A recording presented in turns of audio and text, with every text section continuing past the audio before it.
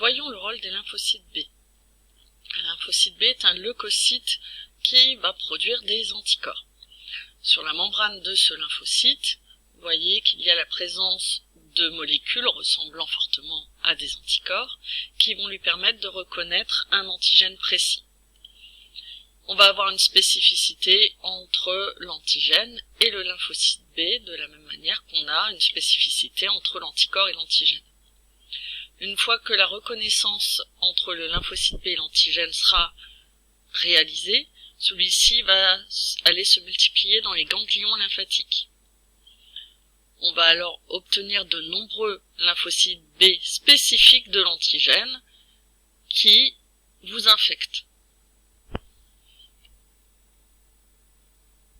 Les ganglions lymphatiques sont très nombreux dans votre organisme. Vous en avez au niveau de l'aine, au niveau de la gorge, vous en avez dans l'abdomen, d'accord, au niveau des aisselles également.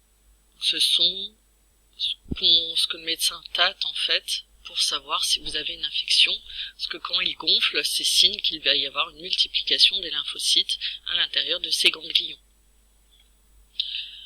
Donc parmi ces lymphocytes B qui ont été créés dans les ganglions, certaines vont devenir des plasmocytes, c'est-à-dire des lymphocytes B qui vont sécréter des anticorps. Ces anticorps vont alors pouvoir neutraliser les antigènes. D'autres lymphocytes vont devenir des lymphocytes B mémoire, qui vont rester, elles, dans votre organisme. Elles ne vont pas fabriquer d'anticorps, mais elles vont persister dans votre organisme et seront présentes au cas où vous rencontrez à nouveau cet antigène. On aura comme ça la phase de délai de production d'anticorps qui va être raccourcie.